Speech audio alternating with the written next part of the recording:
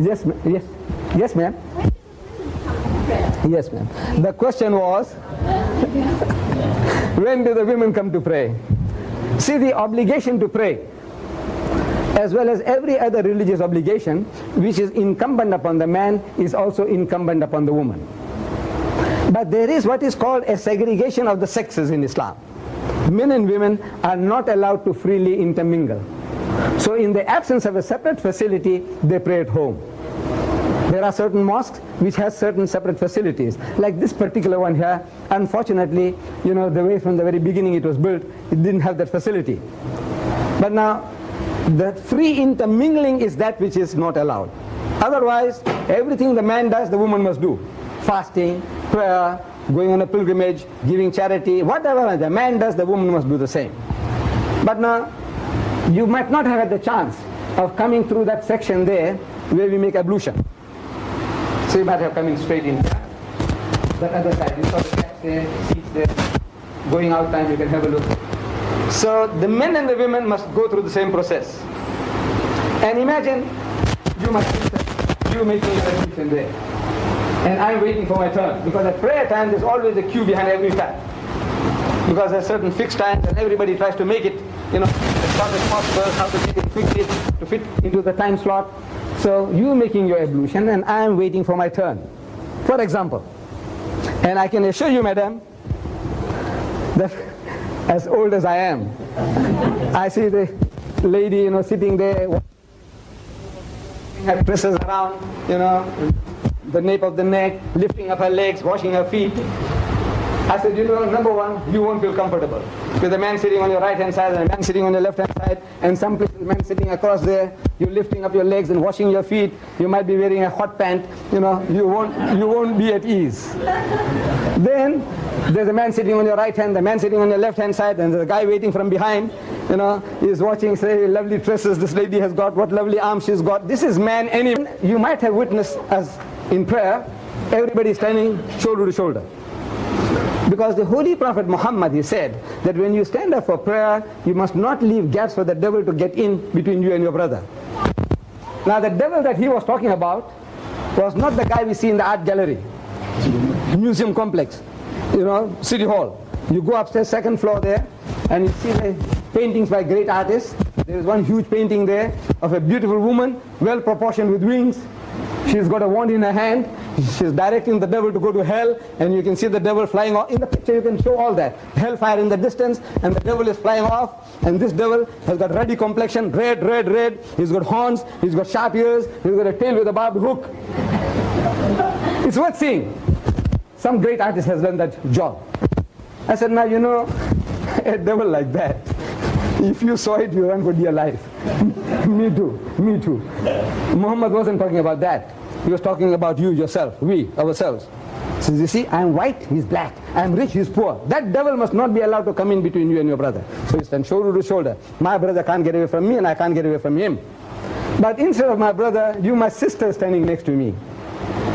And I said, Allahu Akbar. So Allah is the greatest.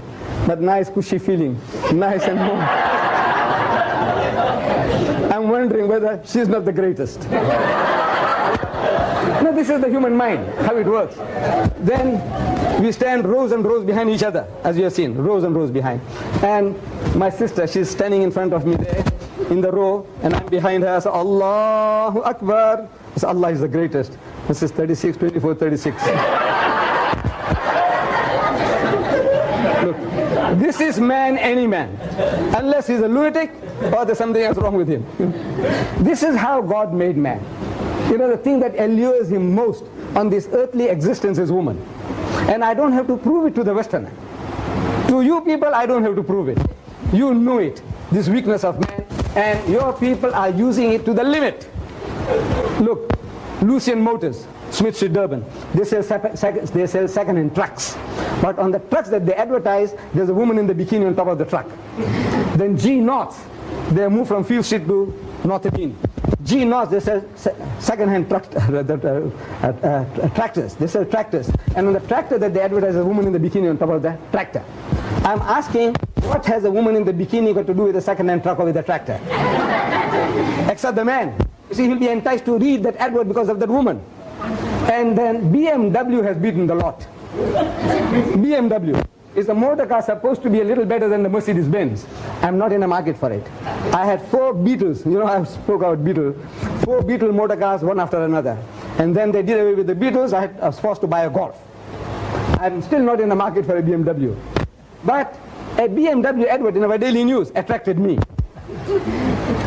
What's the advert? BMW, illustration of a beautiful BMW motor car.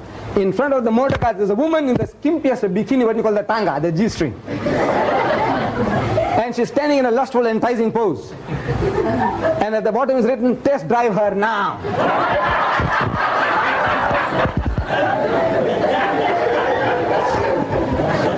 Who? The woman of the car. She's buying the car. No, the buyer car. So what are you doing to your women folk? You see, the Westerner, he sells his mother, he sells his wife, he sells his daughter, he sells his sister. Everything is for sale. To him, anything, his wife is a star. You know, he's proud his wife is a star. She's being, bruised on the screen. The guy is simulating sex with her on the screen, and he can enjoy, so my wife is a star. So what has happened to you? Your sense of values. Your mother is a star. Your daughter is a star. This is the Holy Prophet Muhammad, he said that women, they are your mothers and your sisters and your daughters and your aunts. They are to be loved, respected, cherished and protected. They are not for sale. So according to our system, this free intermingling is a thing that is not allowed. But if there is a separate facility, like in the Grey Street Mosque now in Durban, they have a separate facility, separate entrance, separate place for ablution. Everything is separate. They are in the mosque and yet out of the mosque, allowed. Only the free intermingling is not permitted now. But the obligation is on the man as well as the woman to pray. Yes, ma'am. How is your imam chosen? How is the imam chosen? You see, we look for a person who has better education about religion than us. So we catch such a person and say, look man, I think you are the best man to do the job. And we will look after your livelihood. We will pay you so much a month, salary. You hold the post. Otherwise, there is no priesthood in Islam. Anybody and everybody should be capable of doing it. For example, now, at prayer time, when the call goes up, we look around and people say, come on, you young man, I want to give you the preference. He says, no, not me. He's shy. So he says, now what about you, uncle? I have some my reasons. Everybody, there's a tug of war. This is human nature. We don't want to take the lead. So 5 times a day, we're going to have a performance in the mosque. When the time goes to lead, we say, what about you? So what? So instead of that, say, look man, we look after your livelihood, see to it that you hold the post. So from that point of view, we appoint a person and we pay him a salary, but there is no priesthood. In his absence, anybody can take his place. Anybody can perform marriage ceremonies, funeral services, leaving the person, anything every Muslim should be capable of doing. But for the purpose of convenience, we have a man appointed and we pay him a salary. Yes, and he has extra little, all the little details, that you might do some little mistake now, how to rectify that, all these things he will know more than the general public. And at what age do you choose him? Well, generally, you see, a person has passed his puberty. Must be a male who's passed his puberty. That's the age of recognition that he is now fit to do to lead people. Does he call you to prayer? According to? Does he call you to prayer? No, that anybody else, no. He only leads, the imam, he leads. The one who calls the people to pray is called a muazzin. Muazzin is the one who gives the azan. Azan means a call. Anybody also can do that, anybody. But that also we appoint a man. We say, look, you see to it that you hold the post. In case somebody doesn't turn up and nobody is there, nobody gives the call, so we say, look, this is your duty and you do the job of the imam. Yes. Do you have your own burial committee? Burial committee? No, you see, the Muslim is an amazing community. It's an amazing community, man. We have no, what's it called, burial insurance. If I die, or any Muslim, no Muslim is worried that when he dies what's going to happen. No Muslim is worried. Amazing community this is.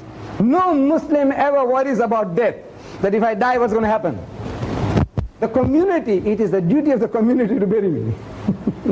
So in other words, if the community doesn't do that, everybody is guilty. In Islam, if some people don't do the job, everybody is guilty. So there's always some people to look after me if I'm dead. And so it carries on, ma'am. There is no such thing as a body or a society to do that. The whole community is geared. If somebody dies nearest to me, right, and everybody flocks there, and we'll never ask the widow. He says, you know, did he leave any money behind? Has he got any money for funeral expenses? Nothing. That's the part of the living, to bury the dead. That's their job. They must bury. And if they said, look, my husband has left this money, you know, for this purpose, well and good. If not, it's on the community. The community does it.